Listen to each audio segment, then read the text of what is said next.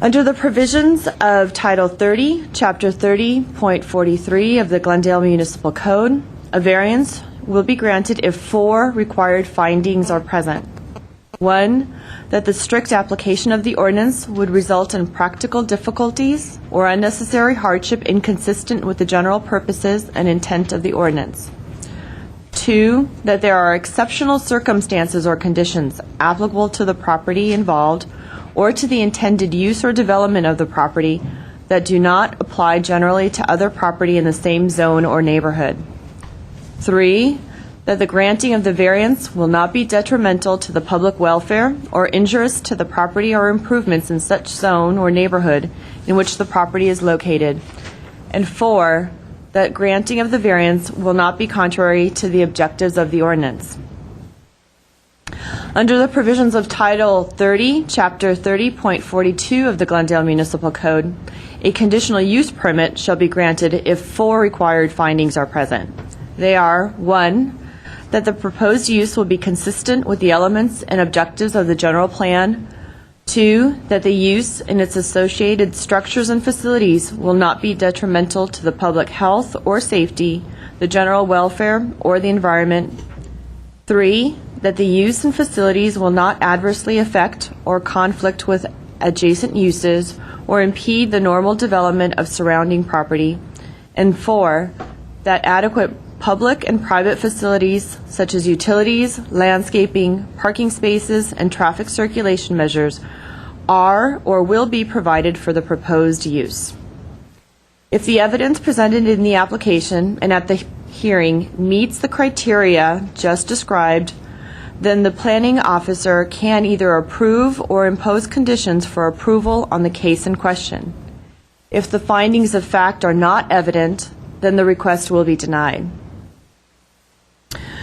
Notification of this hearing was accomplished by the use of public notices which were mailed to property owners located within 500 feet of the subject property, physically posted on the site in question, and placed in the local newspaper.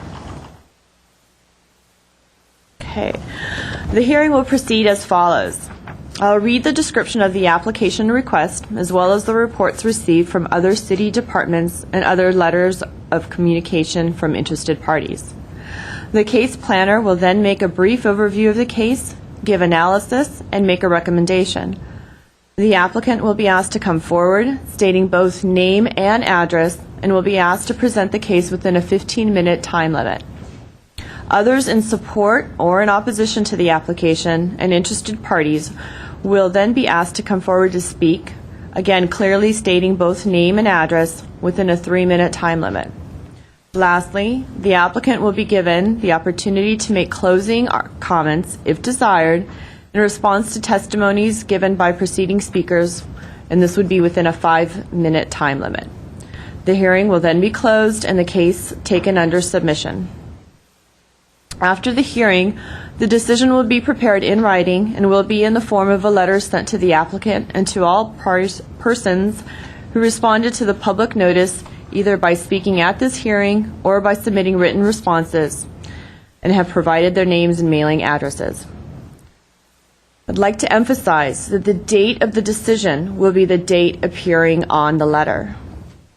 Under the appeal provisions of Title 30, Chapter 30.62 of the Glendale Municipal Code, the decision may be appealed to the Planning Commission within 15 days of the date of the decision. Anyone wishing to appeal may obtain forms and brochures on the procedures from Building and Safety Section Permit Services Center located on the same floor of this building. If you wish to speak, please write your name and address on one of the speaker forms which have been provided by the front door and submit it to our planning assistant. I would like to also inform everyone that the official proceedings of the planning hearing officer's hearing are recorded on tape as part of the public record. This brings us to today's agenda. The first item on today's agenda is a variance case number PVAR 2009-046. The property address is 2321 Cascadia Drive. The applicant is Albert Nation, and the owner is also Albert Nesian. The case planner is Christopher Baxter. The project description: an application for a setback variance to allow a 6-foot-high chain link fence to extend into the 15-foot street setback area at 1 foot to 1 foot 6 inches from Ramsey Drive property line, located at 2321 Cascadia Drive in the R1R low-density residential zone, Florio District 2, described as lots 3 and 6, Block 4, Tract 8103. Turn this meeting now over to the case planner, Christopher Baxter, for a brief presentation.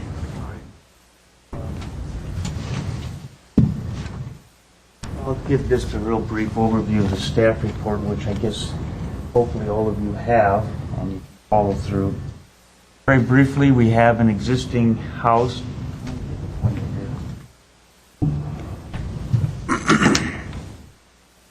We have an existing single-family house on Cascadia Drive, which is this particular road here. And then there is a dirt road behind it, which is Ramsey Drive. And the fence issue in question is located back here. This would be the rear of the house, this is the front, and you come in off here. This is an improved street. The rear part of the property is very steep. This particular house overlaps both properties, so this is considered a single developed site and not two separate properties. And the applicant was cited in 2000 for offense at that Ramsey Drive location. Zoning administrator heard a case on it and granted the person, the applicant, 5 years to maintain the fence in order to grow a landscape screen. At the end of the 5 years, though, the landscape screen was not sufficient according to the applicant, and he kept his fence. He was then cited again because at the end of the 5 years he was supposed to remove the fence, but did not. The applicant then resubmitted another variance, which we're hearing today, and he also submitted as part of his application a number. I summarized into 8. I believe he had actually more, but I summarized that entire grouping into 8 categories. Many of them are related to the fact that he can't grow the landscaping along that fence for various reasons, I guess because he considers the weather pretty harsh, the type of planting doesn't grow well, there's problems with rodents eating irrigation lines. The fence for him is good at that location because he feels that it provides a better safety barrier for persons who might want to trespass, for dumping of trash, for animals. There are, of course, this is being out in more of the open areas around Glendale. There are animals that he feels that would be threatening to his family and to his property, so he doesn't.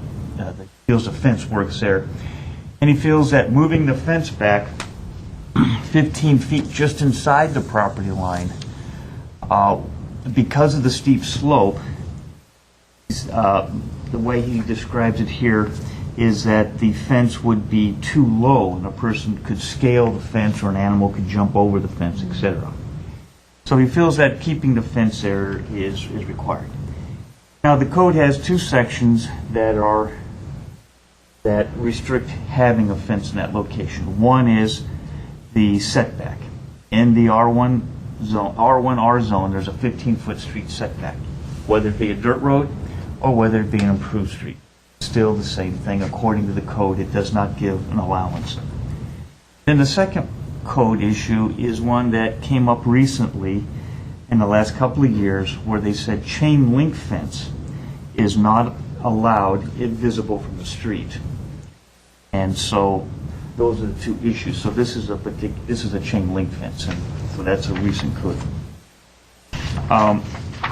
The staff went through, analyzed this. You can see it in the findings that we looked at, and we felt that it was difficult to make any of the findings. The hardship issue, we felt that it's not really a land use hardship. Many of the properties through there are steep, these steep slopes. The concern that people could fall down the hill, that could be shared with many properties along almost all of this entire canyon. As you go through the canyon, there are many properties that edge as soon as you get up into these upper areas where there's steep slopes falling off. And this is a nice, relatively wide roadway of 26 feet and not a small little trail up there. There's the steep slopes, but they're shared by many. So the land use hardship, it's not really any different than many of the other properties up in that part of the city. The uniqueness of the land, again, it's hard to say that this piece of property is unique to any of the others up there. They're hilly. That's why the zone is hillside zone.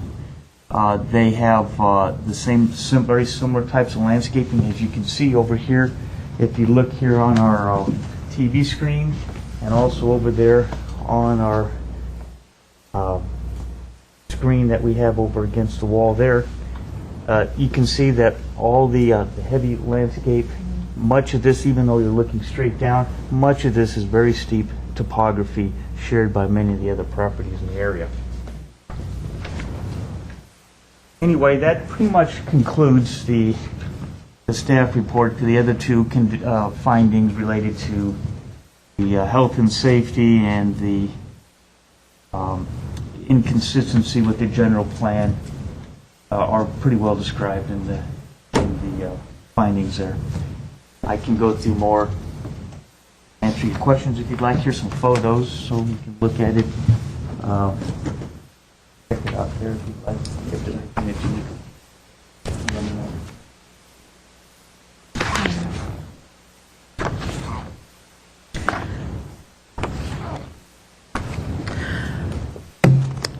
I just have a few, these are somewhat general questions regarding the previous case, and I noticed that two of the neighborhood services inspectors are here present, probably are here for this case. Is that correct, for Cascadia? Okay.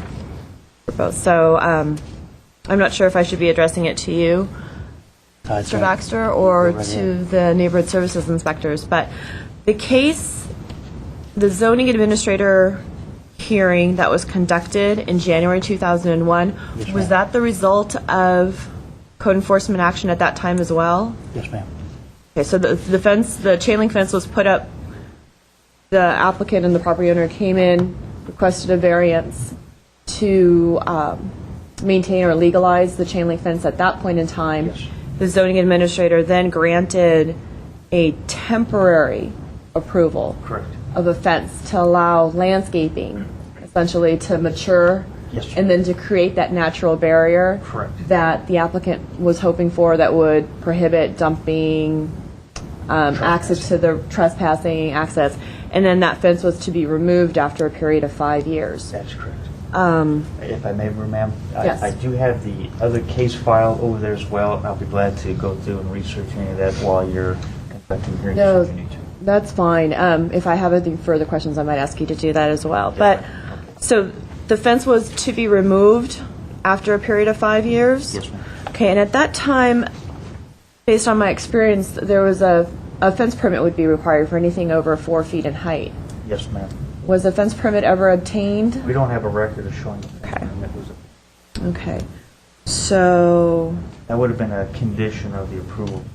a condition to go ahead and obtain all required Get all the building required permits. Yes, ma'am. So that permit would have needed to be obtained within a period of 2 years, otherwise the variance Was have been null and void. is expired. Okay.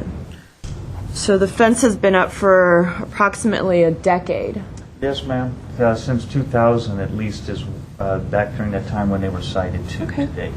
It's still up to date. At least when I went out, my last inspection, which was prior to writing the staff report and set it for hearing, so earlier this year when I went out. No, I was actually, I actually visited the site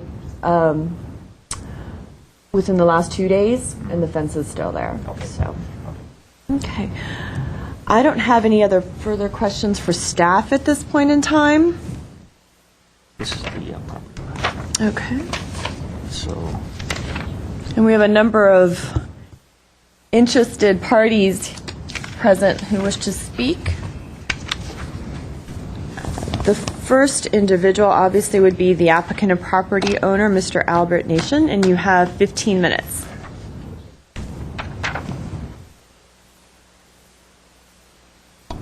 Well, I'm not quite used to public presentations, so... You'll be fine. Just your name and your Yeah. address for the record, please. Sure. Albert Natian, 2321 Cascadia Drive, Glendale, 91206. Okay. Good morning. Good morning. Ilya. I wanted to, first of all, thank a couple of individuals, because I might forget if I don't. And Chris Baxter, he's been quite a gentleman, very patient, very thorough, very methodical. Thank you, Chris. And also Brad Collin, who went way, way out of his way to help me do the application for this. And Brad Collin has been extremely helpful. So please raise their salaries. They've been great. All right. I think Chris did an excellent job in describing my situation. And I'm going to go ahead and respond to a couple of things that I noticed in the presented on the City of Glendale website, the response of the staff, or I'm not so... Forgive me. Yeah. Not to interrupt your Sure, go ahead. You can presentation, interrupt. but in your presentation, will you be addressing the 4 required findings that are required by code? So I just want to make sure, because I would have to have an explanation from you as to how the property has extreme hardship or there are exceptional circumstances. So somewhere within your 15-minute presentation, if you Okay. can address the 4 required findings as well. Well, first of all, let me start with the hardship. There are people from outside of the neighborhood go there and they dump stuff, junk, rubbish, and so on. And recently, maybe, I'm not so sure, maybe as far back as 10 months ago or something like that, right across my property, there was a catch basin, and they dumped a significant amount of cut carpets. It was recently. And we didn't call the neighborhood services, but we called the police. One of my neighbors noticed, and we called the police. And there are dumpings off and on. So if I were to take the fence or any fence and pull it back by 15 feet, it'll be very easy for dumpers to continue to dump. So that's one of the hardships that I'm sure I will experience, as I did before the fence was erected. And also, I think Chris did a great job in terms of safety. I need some kind of a barrier. I don't care what kind of barrier it is, as long as it is hard and relatively impenetrable. So if the particular chain link fence is an ugly sight, I'd be more than happy to have it removed. But I need to have some kind of a hard barrier as effective as the chain link fence is. So if it has to be some kind of a decorative fence, I'll go along with it. But it has to be within the 15 feet setback, because anything further back will be ineffective in what I wanted to do for my property. So in that sense, that's another hardship for me. It's pretty much, can't remember much else to say. I think that's pretty much it. And, everything that Chris said is, I've already said it in my application. So he did a great job. I really don't have much more to say. Okay, well, perhaps if you... What? Yes. Thank you. Perfect. I can suggest that, ma'am. I was going to say, perhaps you wouldn't mind reading into the record Oh, okay. the findings So you want me that to do you that? addressed in your application. Well, I think I have a copy here. You want me to read through that? Yes, sir. You don't mind. I'll read through it. I have it here, I think. Those 8 findings? It would be 4 findings. Okay, the 4. Oh, Yes, sir. I may. sure. No, these are the ones that is that it? No, sir. Okay, what we want to do is, let me just show you.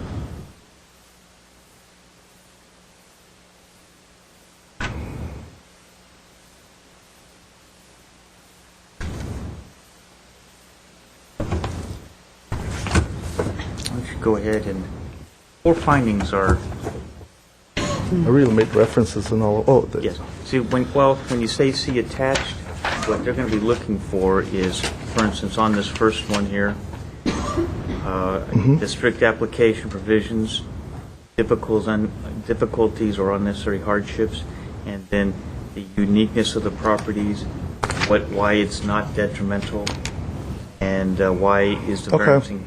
So if Okay. you could sort of just go by All right, those.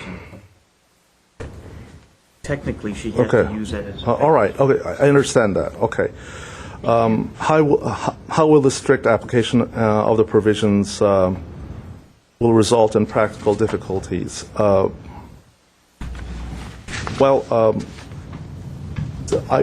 I need the safety. The chain link provides the safety that I need from animals, from intruders of all sorts.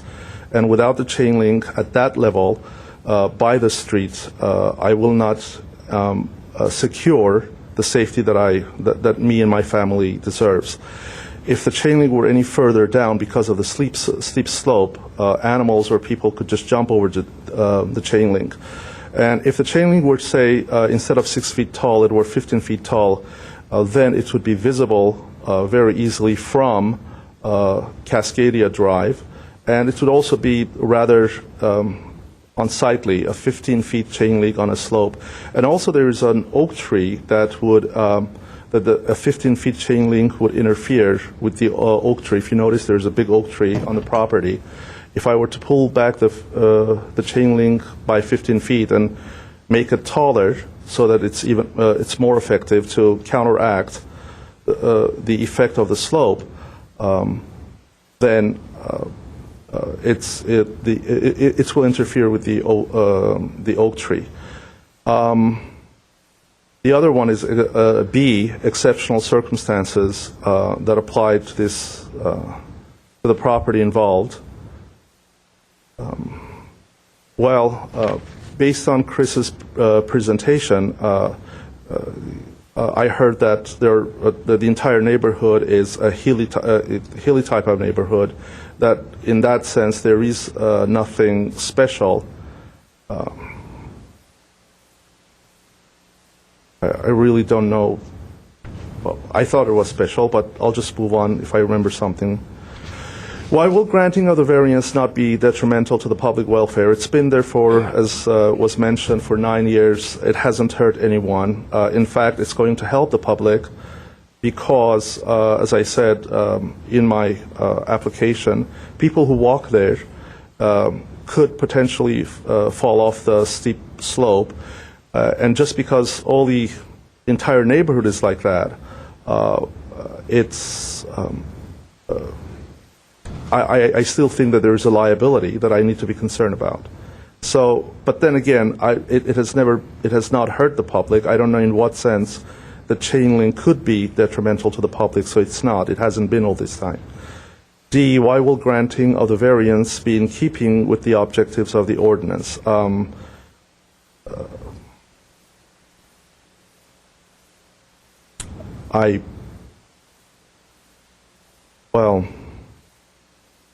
Maybe it won't be. Apparently, if we're going to apply the ordinance strictly, then it's not going to be in keeping with the objectives of the ordinance. But it's a wilderness neighborhood at this time. Potentially in the future, there could be houses developed. At this time, there isn't. The neighborhood hasn't complained about it, really, except for the reason it was cited, it was because of some neighbor who used to live there, but she's gone by this time. So, but all the current neighborhood has not been complaining about it for the past 9-10 years, something like that. Anyway, I really cannot defend this. So what I would like to do with the city is to cooperate, and if I can come up with a solution that's agreeable to the city, I'd be glad to do that. A decorative fence, some kind of a hard barrier, that's all I'm asking for. So I'd be willing to see the chain link go as it is, but I need to have some other barrier of sorts. That's, if I can work a deal, I'll do that. Okay.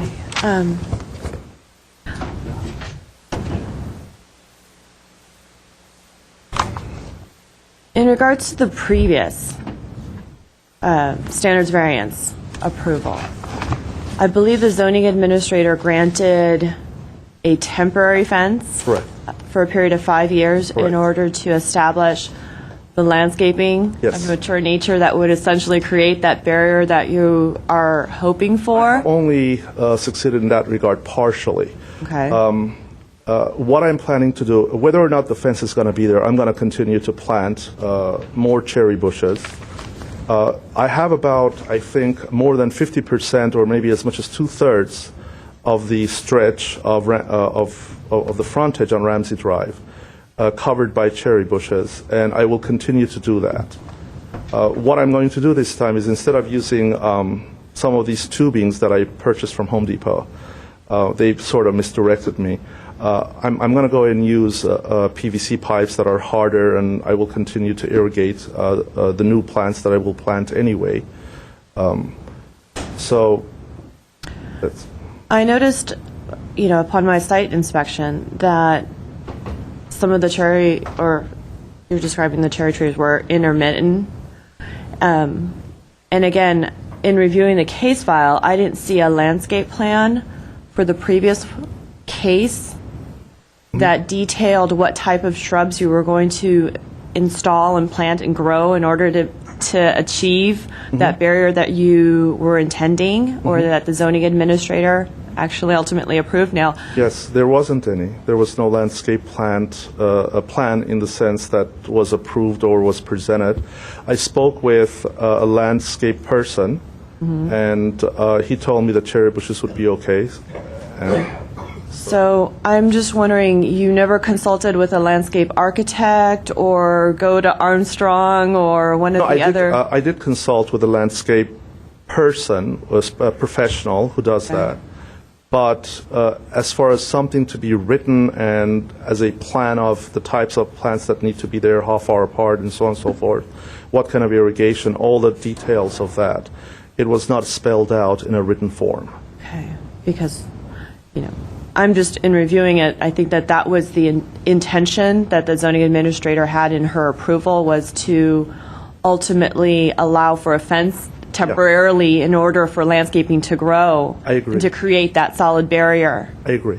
And if the installed shrubs were not working, then perhaps there might have been the opportunity to consult with with a licensed landscape architect, or perhaps with another individual, whether they're in Armstrong's or, a local nursery who knows the actual Glendale hillside landscaping palette that might be able to better recommend. Actually, cherry bushes are quite common. I mean, True. many in the neighborhood, they use cherry bushes. I think the technical term is Eugenia something for the plant. And so I went along with what I saw in the neighborhood. I also discussed, I discussed with a person who was a landscaper. I don't want to call him an architect because I don't know what that really means in this particular situation, but the person was a professional in the area. He also wrote a report and signed it, and I think I made that as part of my application back then, in 2001, I believe. So I did go along according to the recommendations of this landscaper who was licensed and all that, but I did not have a written report that was extensive and detailed and all of that. I didn't have that. In regards to the previous approval, a permit would have been required to be obtained within 2 years for that chain link fence. And according to staff, there is no record of a building permit. Is there a reason why you did not obtain a building permit? Well, I within that did, in timeframe? fact. After the variance, the temporary variance for 5 years was granted, shortly after that, I did get the permit. I think I have the records at home. Yeah, for the existing fence, only for the 5-year period. But I do have permit. Would you mind? I think I have it at home. I can bring it back after this, meeting. I'll bring it to you. Okay, well, perhaps. Paid for it. I remember. You remember paying for it, okay. Perhaps at this point in time, maybe I can ask Mr. Baxter to confirm with the building department. And I'm hoping, and I'm looking at the neighborhood services inspectors as well. Is there? Okay. I might ask you to come up in a minute then, if you don't mind. Okay.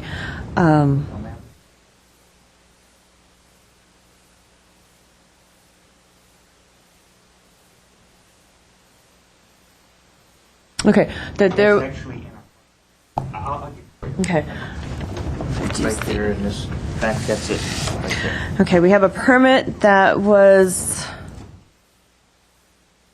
issued in June 2001 for an addition on the second floor for a 2-bedroom, 2-bath, expansion of family room and kitchen on the first floor, a total of 3,823 square feet with 6 bedrooms and 4 baths, but there's no mention whatsoever of a fence permit.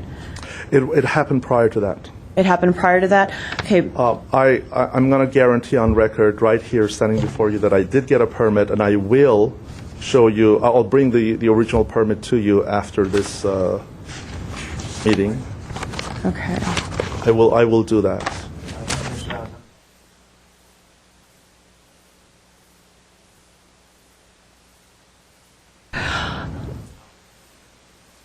Okay. And here as well. All right. And I believe your mic isn't on, Mr. Baxter. Okay. Sorry. What I'd like to do is then continue. Do you have any further comments at this point? No, None? you guys have done a great job. Okay. No, thank you. What I'd like to do, perhaps, and just to confirm, because I know, Mr. Baxter, I think according to your review, there were no fence permits pulled. Yes, ma'am. And I'd like to go ahead and continue with the public testimony portion of this particular hearing, and also to. Okay, now?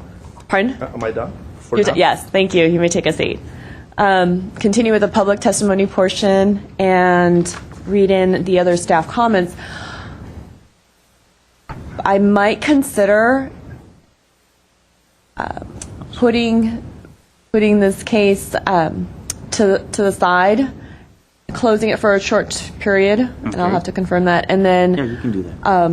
having both of you go to the building department, take a look through the building records, and then having you come back in the meanwhile hearing the next case on today's agenda. Sure. So, Yes, ma'am. but that's only a consideration at this point in time. All right. Yet, this is. I would also like to read into the record all of the other interdepartmental comments that received, and then continue on with public testimony. We have a comment from Neighborhood Services. This is in regards to the 2321 Cascadia and 2326 Ramsey, because it is a double frontage lot. Neighborhood Services has had a longstanding code enforcement case on this property beginning April 19th, 2000. In the previous variance application process, the zoning administrator made the determination that the front setback fence located at the rear of the property on a slope, but in the front of the conjoined lot, which was constructed of chain link, could remain until April 1st, 2006. And this was to explicitly allow the property owner at the time to plant and propagate a live plant barrier or hedge, which would replace the need for the chain link fence. The chain link was to be removed at that time. The chain link fence remains, although the property owner has had over 8 years to comply with the order. There are no special circumstances that would warrant the necessity for a front setback fence at this location, given the geography of the property and size of the usable backyard area. Neighborhood Services recommends that the chain link fence be removed immediately and no additional time be allowed for the property owner's compliance with current code standards. Comments from the fire department that all landscaping, fuel modification must meet current requirements and to provide plans for Glendale Fire Department approval and permit.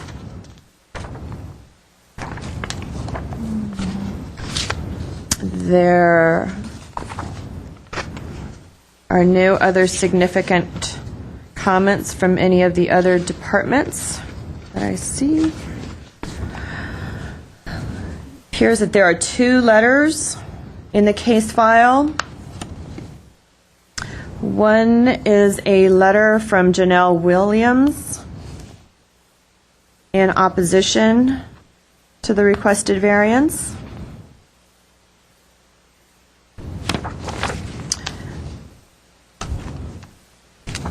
And another letter from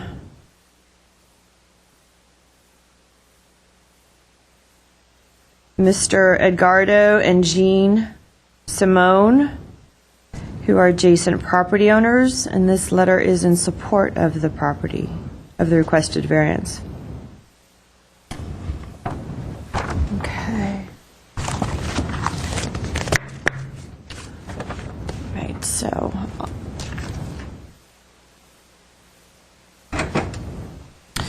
okay, to continue with public testimony, I have 2, 3, 4, 5 speaker cards, and in no particular order.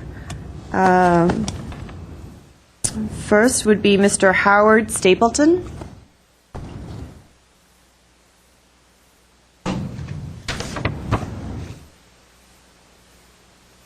Your name and address for the record, please. Good morning. My name is Howard Stapleton. My address is on the card. Would you like me to state it? Please, just for the record. 1100 Outlook Lane, Glendale. That places me as a neighbor to Mr. Natyan, a neighbor situated in such that I must pass the fence in question every time I leave and return to my house.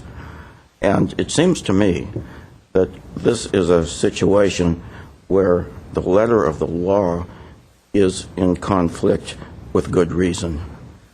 The fence, regardless of previous statements, is 90% covered currently with vegetation. It's virtually not visible. Taking it down would improve or change nothing because the vegetation is there and the fence can't be seen. Moving the fence down the hill, as Mr. Natyan has stated, is totally ridiculous because it would prove nothing, it would gain nothing, and it would probably make the fence even more visible. The issue just doesn't make any sense that the fence should be removed regardless of its letter to the law legality because it isn't visible. It virtually is not visible, and given a little more time, the existing plants and plants that Mr. Natyan would add would make the fence 100% invisible. He further stated that there was a possibility that additional houses might be built in the area which would have front yards facing the fence. That also is virtually nil because all of the houses in that area are landlocked. That is, they have no direct connection to Cascadia or any other hard surface streets that provide utilities, and it has already been determined by the city that they would not permit utilities coming up Ramsey because it would be detrimental to at least 12 protected oak trees. So there is virtually no chance of additional development in the area. The fence is not an eyesore to anyone who passes the area. The road, Ramsey and beyond it, Barnett, is a dead-end road that services 10 houses. It's a dead-end road. No one else goes up there. There's just no problem with the fence. Furthermore, Mr. Natyan has the benefit of an extraordinarily large sign in the front of his house, a billboard, if you will, regarding this issue.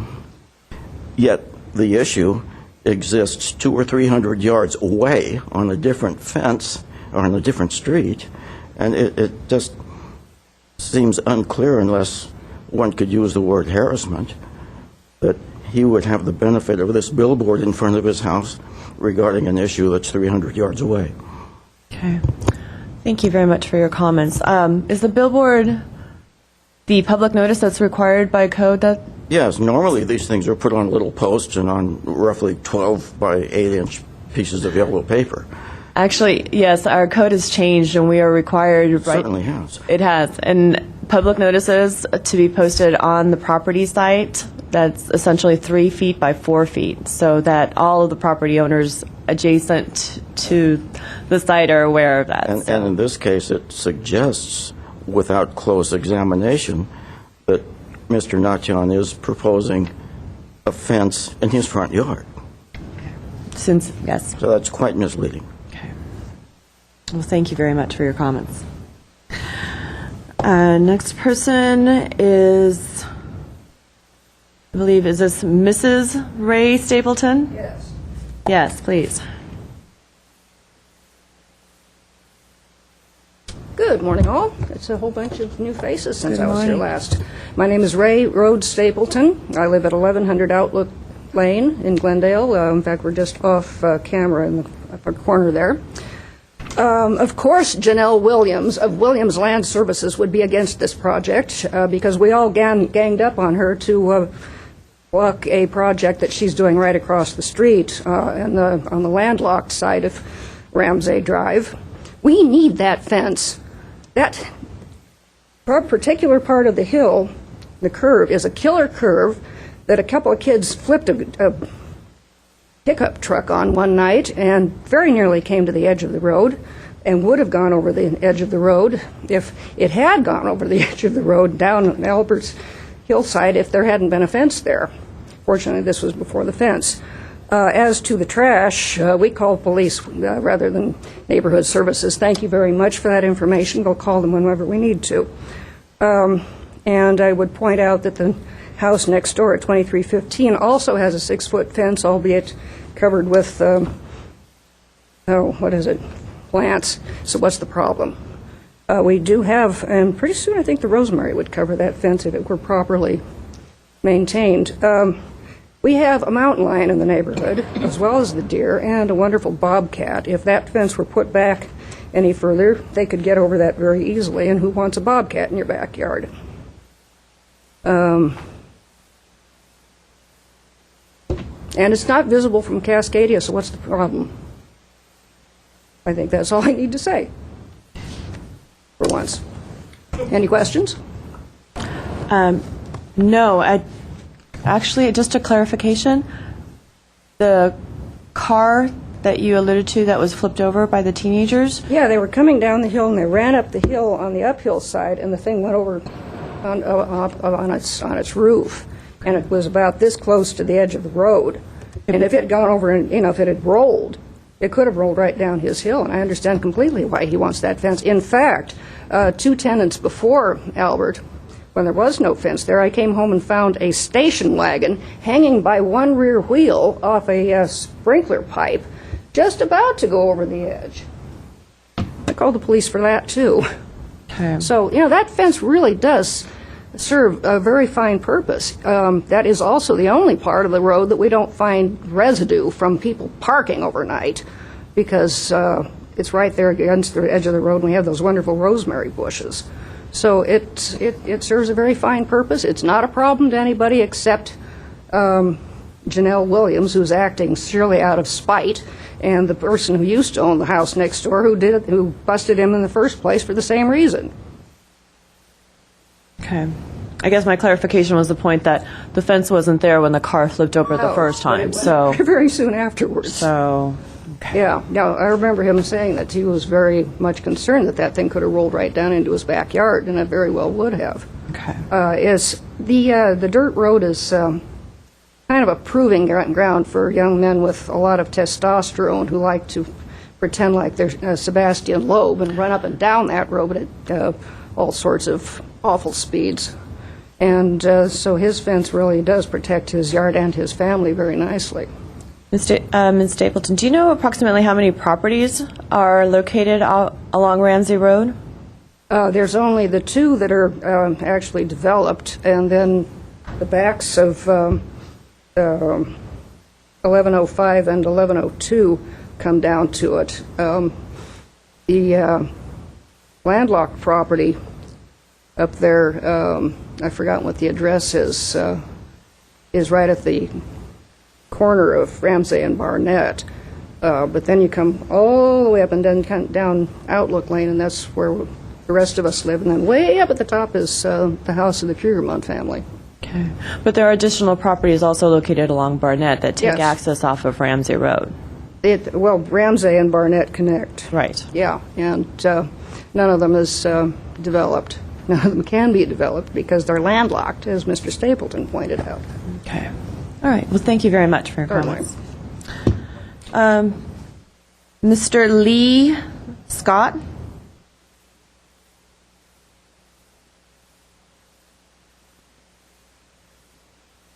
Morning. I'm Lee Scott. I'm at 1105 Outlook Lane. Been there about 7.5 years. I have no problem with the fence. In fact, it's pretty much totally obscured by the plants right now, and it seems due to the topography there, this being his backyard, that this is a good case for a variance to the ordinance, because like it's not going to make any help to put the fence way down the hill below it. We do have a problem with people dumping up there. Just a few months ago, someone dumped across from the fence, and that happens from time to time in the catch basins and such. And also, we have a big problem with people coming up there to park to do drugs and have sex and leave lots of trash behind, throw out burning cigarettes. So that's going to protect him from that. But my main point is we don't see any problem with it. I mean, like, you can hardly see it. So that's my 2 cents worth. Thanks. All right. Thank you. Mr. Harach Kasabian? Oh, I believe he just stepped out for a moment. Okay, then we'll take Mr. Rick Barnes. Good morning, Rick Barnes, Good morning. 2500 Cascadia. I'm in opposition to the fact that they should get a variance on this. This young man that says he's never been here before, hasn't talked in public. I spent 6 hours in this same room waiting on a opposition from him on construction up there. He holds everybody to the letter of the law in that area, so the rest of the neighbors. This is a dirt road. Any work that has to be done is going to be underground on that road. Yes, there is some trees. There's question on our tree expert that showed up that day that also talked about the tree, because I have a house that is 60 years old. And he came out and told me that my oak tree was 100 years old, and it grew because of the cement and the acid from the tree. So when I'm looking at this, I'm saying that at some point there's going to be a road in there. They may say that those landlocked houses are landlocked, but 2317, that's the only access that they have.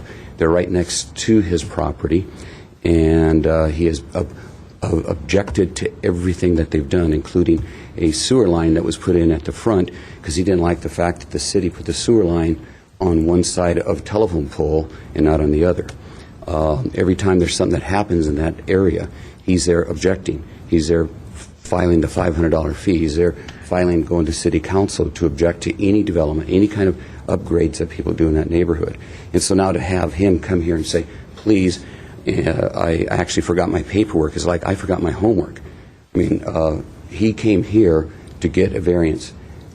He did not bring his paperwork. If he's not ready, that's his problem. He should have had it here. To wait, to delay anything, have him file again, have him do it all over again, as far as I'm concerned. We all have problems with trash. I mean, I have other properties. We're constantly fighting sex acts, condominiums left on the street, the paper, the trash. On Louise, I own property, and Randolph. We're constantly fighting that. We're out there knocking on the car windows. We call the police, and we're not going to get any assistance on it. In different properties in the city, we have that same thing happening. It's not just special to their neighborhood. I have another property where we're consistently having trash because it's a large end of a cul-de-sac, and people go up there and drop trash consistently. So is that special for them? No, they have a special neighborhood, a dirt road. They want to keep it rural as they possibly can. They object to anybody that wants to do an improvement there. To allow this to occur, to allow them to have a variance on something that they've been ignoring for 10 years. He had 5 years to put in plants. He didn't do it. But he wants all the rest of us, when we come up there and want to do something, to make the rules right to the letter of the law. Cross the T's, dot the I's, and now he's saying, oh, I don't have to do it. And I believe that if you allow this variance, that it's really, really detriment to those of us that absolutely try to come in, spend a lot of money in plans, blueprints, engineering, and to have him say, I don't have anything. Sorry, I think this is wrong, and if you guys pass this, I truly believe that there's a double standard in the city. Thank you so much. Thank you. Has Mr. Haraj Kasabian returned? I looked for him, I didn't see him. Okay.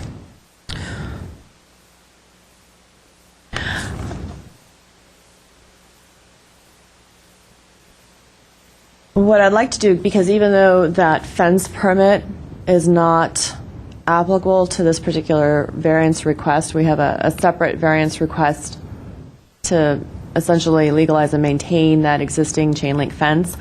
I still would like to have staff and the applicant go over to the building department to actually resolve that one issue, whether or not a fence permit was pulled. Even though, like I said, it has no applicability essentially to today's variance request, I would just like to have that clarification on record. And I would like to have both of you take a look through the building permits and then to return so that we have all of the information so that I would be able to make a decision following this hearing. So, thank you. So we will put this case on hold. We will continue with the next item on the agenda. I believe it's only fair to have the applicant then have a 5-minute rebuttal period. Okay. So when we reconvene for this case, we'll have the 5-minute rebuttal by the applicant, and then I'll take the case under submission.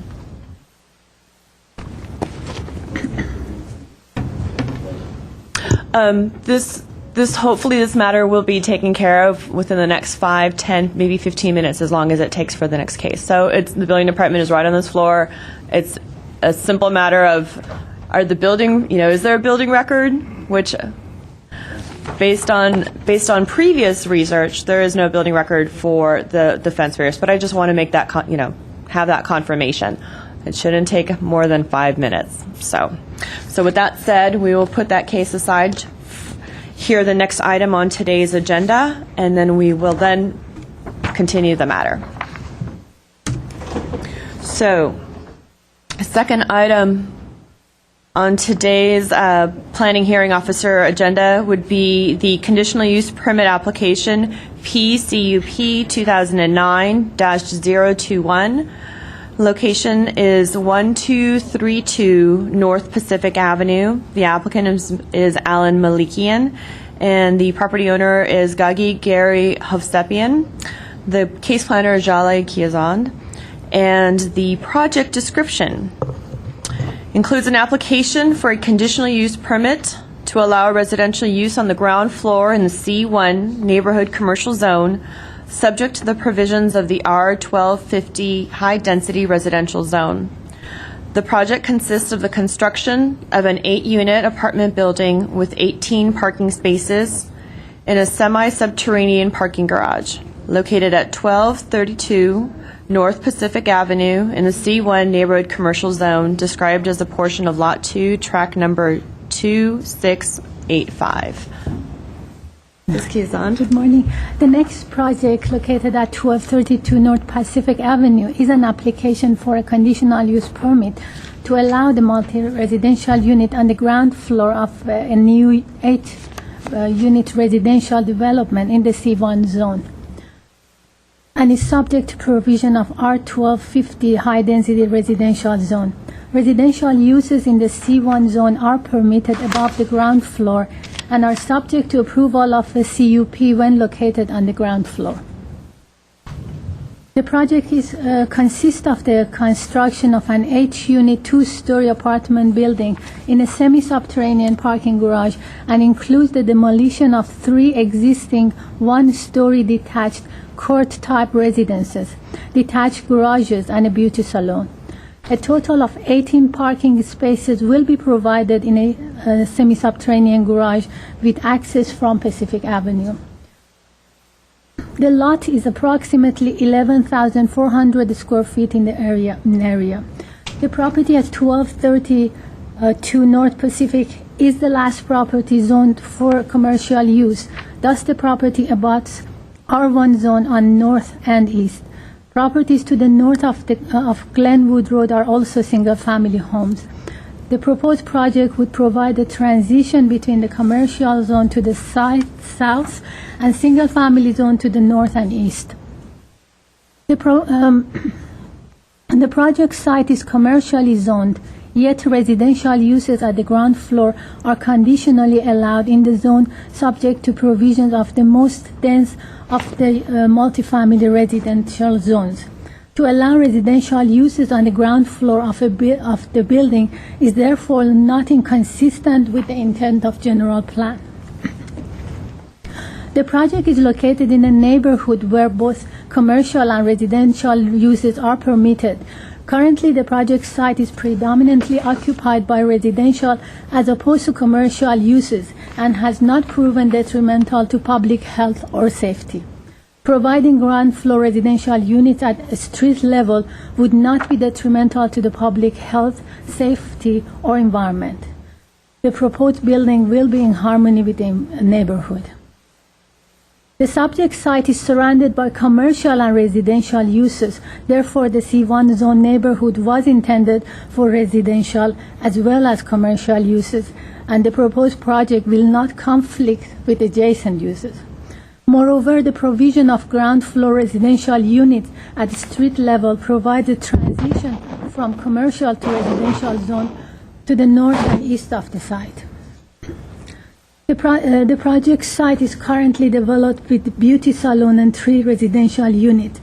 The net gain of 5 units on the site will not significantly impact existing public and private facilities in the neighborhood.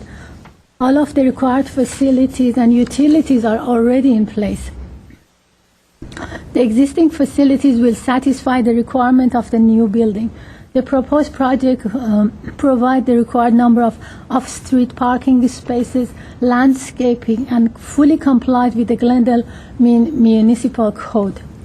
The hearing officers needs to evaluate the environmental and adapt it if so inclined.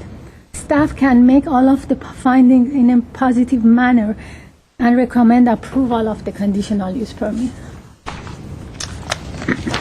Thank you very much. I'm going to go to the interdepartmental comments that were submitted to staff.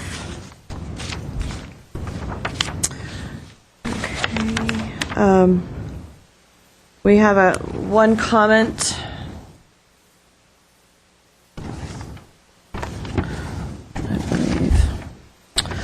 from the Maintenance Services Division, and this is in regards to the oak tree that is on the adjacent property owner's site, and that there are protective oak tree measures that have been attached.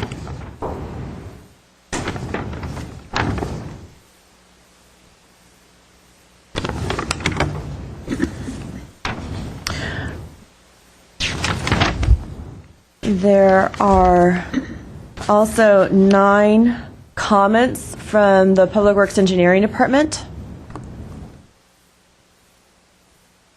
regarding grading, drainage, shoring, demolition plans. There is a widening of the easterly half of Pacific Avenue to obtain a half roadway width of 23 feet. widened portion of the roadway shall be asphaltic concrete pavement over natural subgrade, curbs and gutters, sump pump requirement, NPDES. And I believe that the applicant, Mr. Alan Malikian, you have a copy of the engineering comments, is that correct? Yeah. You do. Why don't we go ahead and wait for if you have any further questions, we can go ahead and take care of that after your presentation.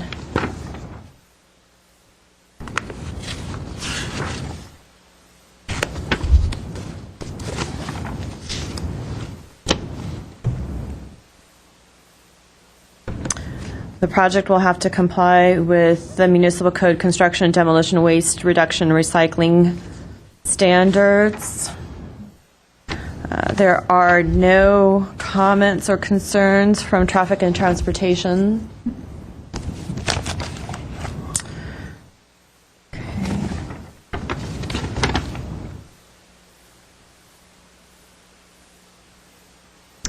We have comments from what previously used to be the Housing Division of Community Development and Housing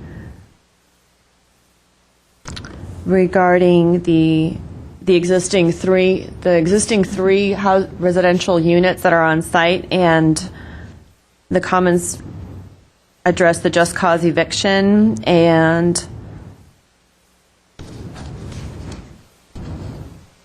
the additional protection and assistance to tenants residing on the property. Do you know if those units are vacant, or are they still? They're vacant. Okay, they're vacant. So these are yes and no. Okay, so we'll go ahead, and I'm sure that the project will comply with that. We have various comments from Glendale Water and Power, standard conditions regarding streetlights, electrical service. Comments from the Water Department that individual meters be installed, backflow prevention devices, any water service or fire line connections that are abandoned would need to be abandoned correctly.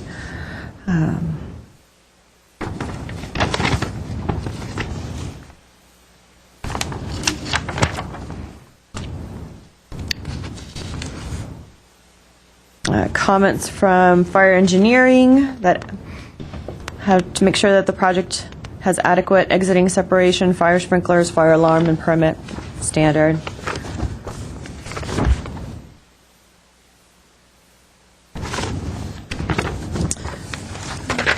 And no other substantive comments from any of the other departments.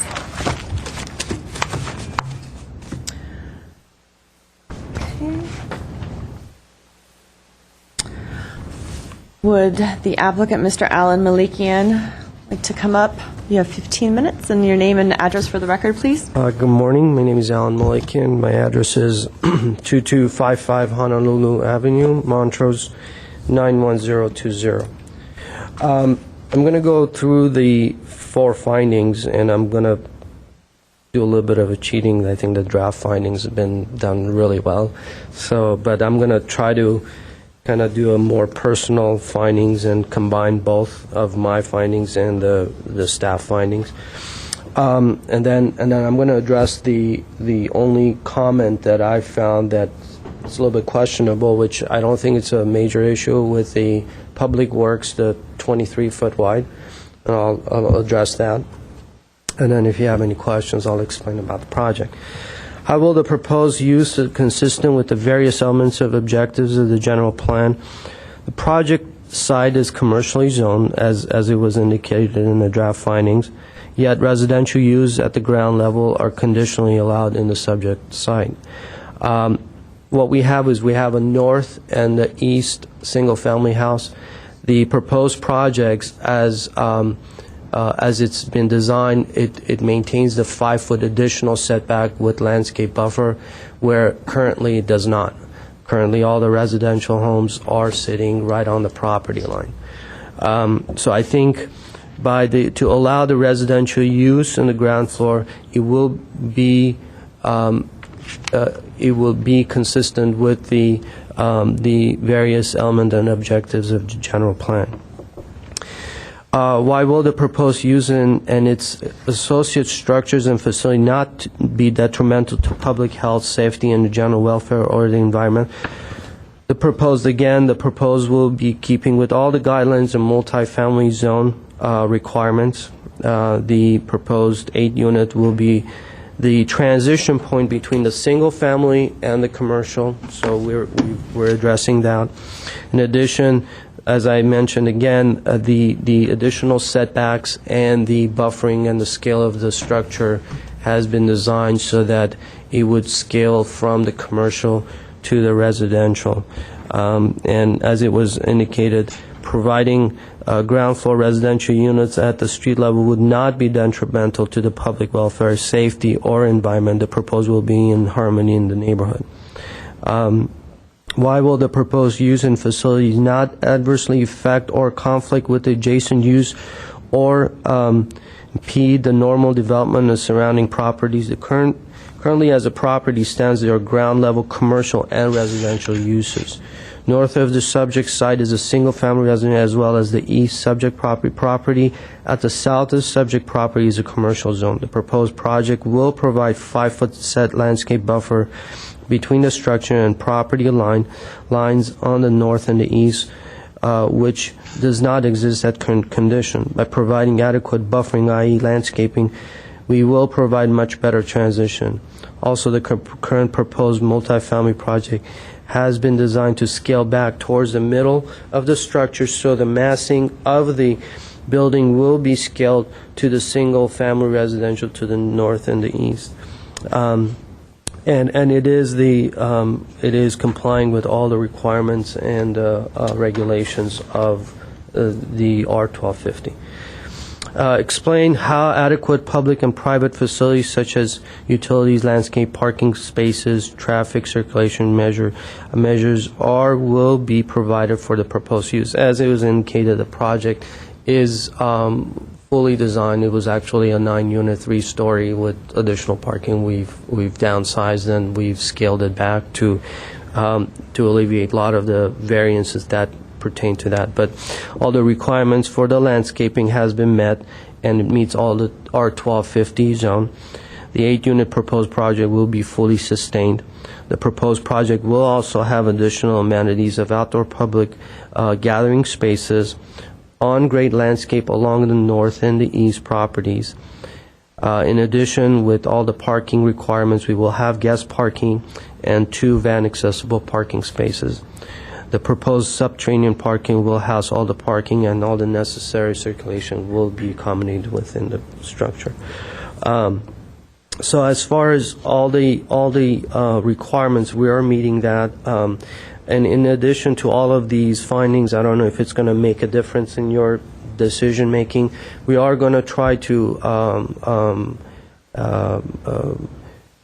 go towards a LEED certification for the project.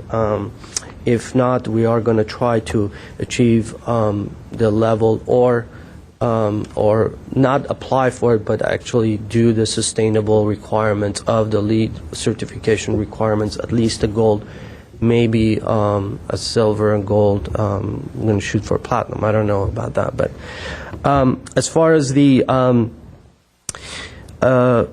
comment, which is the 3A comment, which is the 23-foot wide, it was not a concern to me because we have an 80-foot property line to property line, so there is no dedication required by the Public Works, but they are requesting us to have a 23-foot wide driveway. The survey that we have, it's actually 30 feet from center line to the curb line. So I'm not sure where they're coming up with this 23 feet. It's not a deal breaker per se, so I'm definitely, there's going to be, once the civil engineer is involved, we can deal with that. But other than that, everything else we've met and we've addressed. If you have any questions. I'm sure that engineering aspect will be addressed, Yeah. during the time of plan check. And Sure. since you have the existing roadway, it's not going to be an issue. Exactly. Now, again, the conditional use permit is solely to have the residential on the ground floor in a C1 zone. Yes. You mentioned in your presentation that based on the submitted plans, you have at-grade landscaping proposed along. The north and the... Would you mind coming up to the... Sure, absolutely. Actually, I have printed out the section so I can kind of... this is part of the packet that was in there. So if you actually look at this, the way we've done this entire landscape area is essentially the building structure sits back along with this line.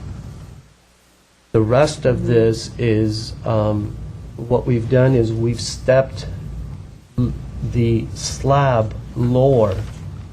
And so the landscaping portion of it, it carries over. So this is going to be basically a paver walkway or elements there that we can kind of incorporate landscaping in between the pavers. And what is happening is with this section of the landscaped area, we're going to have basically a small little planter wall that all the landscaping will be on the natural soil. It'll be raised, but it will be on the natural soil so that we can have a level area. If we would have lowered this section, then we would have a step. So I don't think it would be as less usable space, then it would be a lot more accommodating, similar to this side. So as opposed to depressing it over a subterranean garage, you're actually having it... Basically a 3-foot tall little planter so that it would bring it up so that the usable space becomes a lot more usable rather than having that transition. I mean, we can lower that, it's not a problem, and we're meeting the landscape requirements and all of that, but I think it works out a lot better. It becomes a lot more interactive here, and different little concrete pour-in-place walls with floating benches and a lot of sustainable, elements there that we're going to incorporate into it. The reason why I asked is this is a transitional lot, and you have single family to the north directly. Exactly. And so my concern would be to make sure that there is adequate separation and a buffering, and to ensure that there's privacy to the adjacent single family homes and their yards. Now, currently, the lot to the south, which is a commercial building, is rather open, and you can see that in the aerial photograph that we have up on site. So are you proposing Let me show you. a block wall of some sort Actually, around the property, or because they have their parking lot that looks directly into the three what we existing have units. is, if you can notice over here, and this is the south elevation, we've stepped the landscaping down so that you're going to have a less of a wall there, and more of a landscaping, and it's going to be all buffered with landscape along here. So you're not going to have that 3-foot high wall that you're going to see. We're going to step down the landscaping there, so we have an area there so the landscaping can be seen better, and so kind of cascade over the fence. So, but yes, we are going to have a wall there, but we've mitigated that with some landscaping and the best areas of the buffer. That's going to go over that. Okay. No, and again, that's just to, my question's regarding the compatibility, because I want to ensure that these residential units, not only the existing, the proposed residential units on site have separation from the adjacent commercial, but also, that this is a multifamily and that it's adequately buffered from the single family to the north in the R1 zone. So, are there any other individuals who wish to speak who have not submitted speaker cards at this point in time? There are none. I'm inclined to approve this, but again, I will be taking this case under submission, and there is an associated mitigative negative declaration regarding this project. It is an 8-unit multifamily residential, and so I will be making a determination regarding the adoption of the mitigated negative declaration first, and then As I mentioned, I am inclined to approve this, so a letter will be sent out shortly. I appreciate it. And is it possible to start scheduling, because we've already submitted for design review, kind of waiting for this hearing to kind of expedite? We've been on the course. pipeline since October, so. Yes, I will do my best to render Appreciate it. determination. However, you will need to wait for the Exactly. 15-day appeal period to expire before any other further As long as the entitlements can be process processed. starts. Of course. All right, I thank you. understand that. So, thank you very much. So that concludes today's second item on the agenda. Going back to the first item, which would be 2321 Cascadia Drive. Mr. Baxter? Yes, ma'am. We went next door and we looked under the address at 2321 Cascadia, and there were no fence applications at that time. But it appears it was under the other address at the back on Ramsey Drive. Now, possibly at the time, and I'm not sure, as you recall, there was a building permit that was issued for the house addition? Correct. When the house addition was constructed, it tied the two lots together into one site. Prior to that, the two lots could be looked at as separate, though there could be an argument that there wasn't insufficient setbacks to actually develop the second site. But nevertheless, the applicant used, and also the variance. If you'll notice on the building permit, there's a variance reference. Correct. And that is the variance that they received, but it's under the Ramsey address. And so it shows the fence in question at that location on Ramsey Drive. Also, the permit describes it as 1 foot 6 inches behind the street setback line. And it would be consistent with the temporary variance approval by the zoning administrator.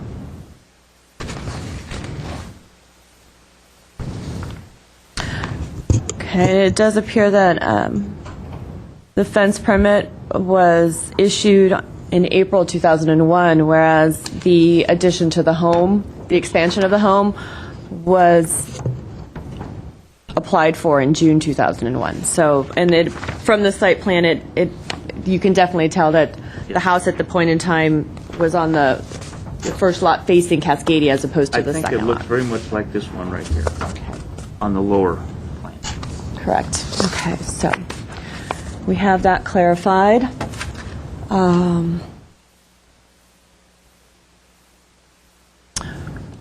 Mr. Nadian, would you like to come up and have your 5-minute rebuttal period?